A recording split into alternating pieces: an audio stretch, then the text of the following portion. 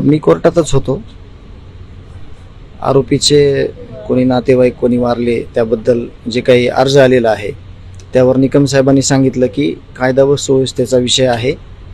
Police यंत्रणेनं ती सगळी खबरदारी घेऊन न्यायालयाला त्यांनी तसं बोलले की ही खबरदारी किंवा ही जिम्मेदारी सगळी पोलीस यंत्रणेची असेल. या संदर्भात न्यायालयाने निकाल द्यावा किंवा त्याची ऑर्डर द्यावी असं त्यांनी निकम साहेबांनी सांगितलेलं आहे. परंतु काय काळजी घेतली पाहिजे असं या संदर्भात? नाही, ही खूप केस सेन्सिटिव्ह आहे. ही केस महाराष्ट्राची आहे आणि मागच्या 1 वर्षापासून 1.25 वर्षापासून सगळा महाराष्ट्र बघतोय हे किती खालच्या पातळीचे आरोपी आहेत. आरोपीचं समर्थन करणारे किती खालच्या पातळीचे आहेत. आणि जर यदा कदाचित कायदा व सुव्यवस्थेचा विषय निर्माण झाला तर त्याला जिम्मेदार कोण हा विषय माझ्या दृष्टिकोनातून मी व्यक्त होतो.